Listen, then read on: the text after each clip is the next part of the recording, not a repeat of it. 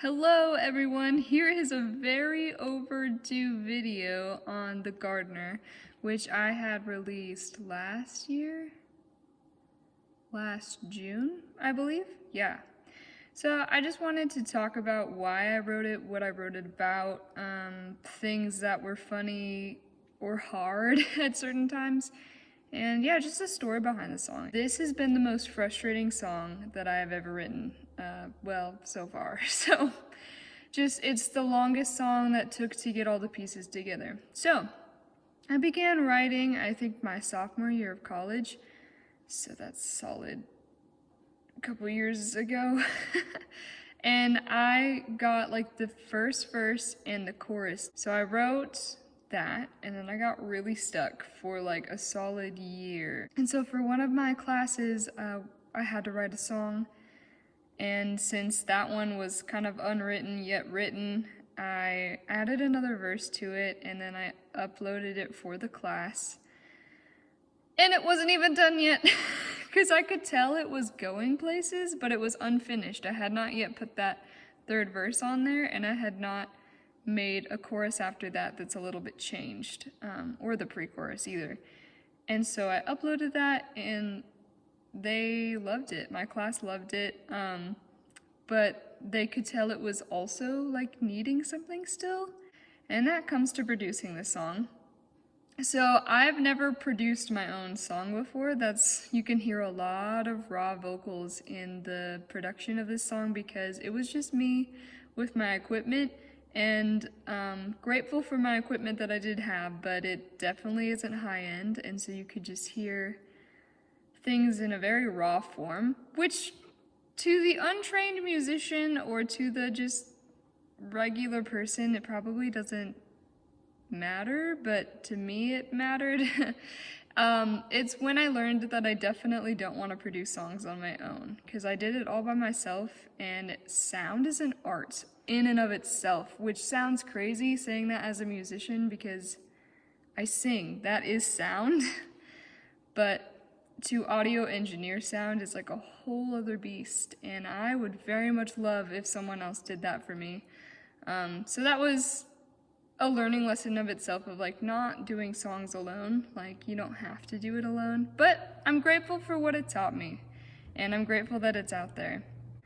The way that I see this song is, if you could dumb it down to one word, I would say progress or process. It's very much like starting small and getting bigger from there. And so, the first verse is, I'm just a little seed. So I'm just giving you imagery of a flower. Do I ever say flower in here? I actually don't think I do. No. That's cool. I've just always thought of it as a flower, but I never really said that. Oh, I guess you can see that in the imagery of the album cover art. But yeah, I never say flower in here. That's interesting. So yeah, I'm just a little seed waiting to be sown. I'm in the gentle care of the gardener meaning God. And then you can see I'm going from a seed to a sprout, but I can start to see the lightning and the thunder. So the moment that I emerged up, I saw chaos, if that makes sense. And then you got the pre-chorus, as the rain falls down on my head, the pressure is building, it's trying to drown me out. That's where we get to the chorus of, when you're in the storm, how much you really just want to see the sun and for things to just be good again. And so I want to feel the sun shining down where the silver-lined clouds go away, skies are gray, maybe come back another day, but not now. Which is also, I don't know if you hear it or not, but the little song that we used to sing as kids, like, rain, rain, go away. Wait. Rain, rain, go away. Come again another day. Right? I think that's what it is. So when I wrote this chorus, it was a little attribute to that a kid's song that we used to sing. Okay, so now we're in verse 2. I've grown much taller. I don't know what you classify that in a flower, but taller than a sprout. The rain has made me strong, so that chaos, or that storm, made me stronger. I'm not sure if I can stand much longer, because when you go through a lot of chaos In a lot of storms, it feels like you keep getting beaten down. Like you can see that with flowers that are fragile. If they emerge up and then there's a big storm, you'll see that they're wilted or that they're bent because they've just withstood? I don't know what the proper phrasing of that is. They withstood so much, sure, let's go with it, pressure. And that's why they fell over. I need a little faith to stick it out because I can see there's more chaos. I see there's more storms coming. But I'll be safe in the hands of the gardener. So the one who takes care of me, the one that weeds, the one that waters, the one that protects, the one that makes sure that the flower is okay. Okay, so then it goes to the pre-chorus, chorus. We're in verse 3 now. I can't believe that he would look down upon me, care about my needs. I was caught up in my own life that I forgot he's in control. So basically, somewhere along the line, I believed I had control. And then once this storm is gone and my eyes are clear of what's going on, I can see that all of this was worth it. All the chaos, all the storms of my life was worth it because now I'm a beautiful flower. Still growing, but a beautiful flower has emerged. And just knowing that I was never in control in the first place. It was just an illusion. The gardener was always in control. To the chorus 2, so come what may, I am no longer afraid of the storms in this life because the gardener is by my side always. So even though storms are still going to come, I know that I'm going to be okay. Basically, I feel like in the first 3/4 of this song, I'm just terrified and overwhelmed by all the storms. And in the third verse and that pre-chorus and chorus, I've come to peace. I would call it contentedness, which is actually ironic because I choose a word for every year to work on, and this year's word is content. And it just means that through the storms, through the chaos of life, whether you have a lot, whether you have a little, whether you're having a good time, whether you're having we would call a bad time, you can be content through it all. Or joyful is another word that kind of goes along with that one. So that's how I see the chorus that changes, is that I know things are still going to come, but I'm not going to be rattled anymore because I know that the gardener's in control and not me. And there is a lot of crazy imagery that goes into this song, but I'm not going to dive into all of it. But I create a lot of my own storms. I'm only going to speak for me because I am myself, and I can't tell you what you go through.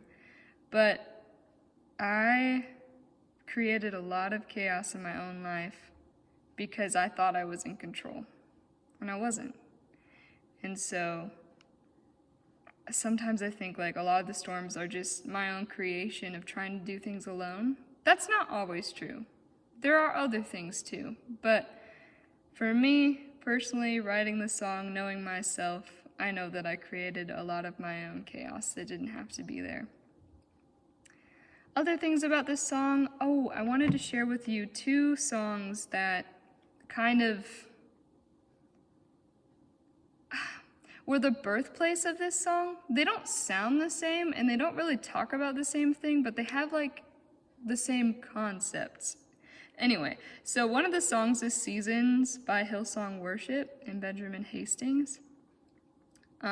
Beautiful imagery of seed to sequoia. I would just give it a listen, honestly, because me trying to explain it to you is not going to be that helpful, but it's a really good song. And then the other one is I Have Made Mistakes by the Oh Hellos. Both of those songs I've done on my channel before. Seasons I did like 3 years ago. Woo, that's crazy. And then I Have Made Mistakes I think I did last year. So if you wanted to go look at me covering those songs, you can go back in time and look.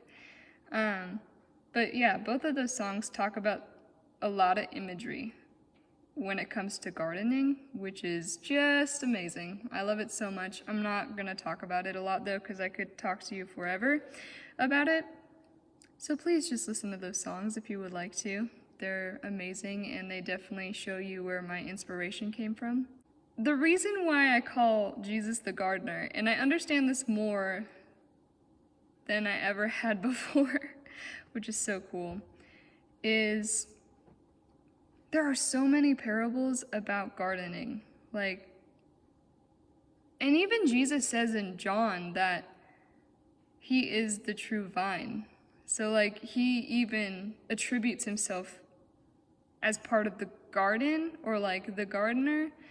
But yeah, so many parables just about fig trees and about scattering seed and things like this, where we are called seeds.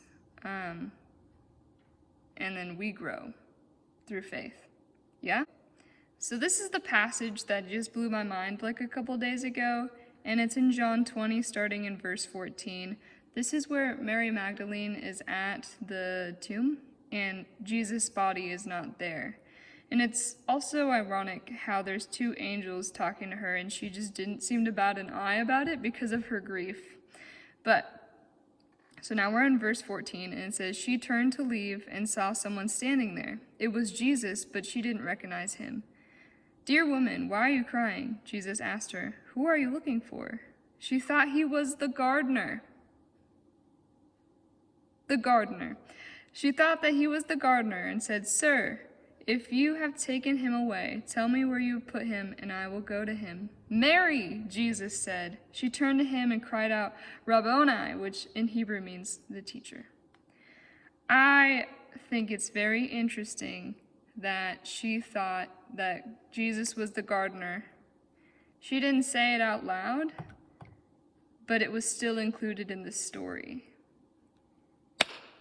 And I felt so seen in this passage because I've been calling Jesus the gardener since whenever I started writing this song. And I didn't even really understand what it meant either. But there's so many names for Jesus all throughout the Old Testament and the New Testament. Elohim, El Elyon, Yahweh, Rapha, Jireh, Shalom. He has accepted the names that people have called him. To be fair, we don't have enough power in our words to say how great Jesus is. But I think it's interesting that Mary called Jesus the gardener in her mind. And it was left in that story. And it just means so much to me because that means he is the gardener. Did you hear that? There is a cricket in here. I'm not crazy. And then it stops. How convenient. But yeah, I really love this song. And I really love the meaning that's in this passage and just the imagery of all of this. And how I can't even attribute this song to myself. Like I can say I understand where it comes from and how it applies to me. But the thing is, this song isn't even mine. This song, there is no way that I could have written this song by myself. Jesus gave me so much inspiration over the years that this is a song that he gifted me, and that gets to touch my heart and other people's hearts. And so, how prophetic it is too. I've watched the verses of this song play out in my life, and now I feel like the anthem that I'm singing from this song is that last chorus that says, come what may, I'm no longer afraid. Throw what you got at me. I've got the gardener, so I'm safe. How beautiful a concept to arrive to and to feel so free with. Also, I wanted to speak on the details at the end of the song where you can hear a storm. Did you guys ever in choir make a storm? Your choir director would separate you by sections and then you would do different things to be the storm. So we have this. It's supposed to sound like wind or shh. Wind, and you have the little snaps, and it doesn't really sound like rain right now because you're only hearing one layer, but if you layer a bunch of them together it sounds like a storm. And then if you pat your legs, it's supposed to be louder rain. And yeah, with all of that combined together, it makes the sound of a storm. And so I wanted to mimic what I learned in choir about making a storm but with the sounds that I had. So it's just a bunch of those things layered over each other. I don't even know how many, but it's a lot. Like, it took a lot of different layering to make a storm kind of sound. So that was fun. I think it's cool with the imagery. It's like perfect for what I was trying to say with the words. So yeah, I just wanted to add that detail in there.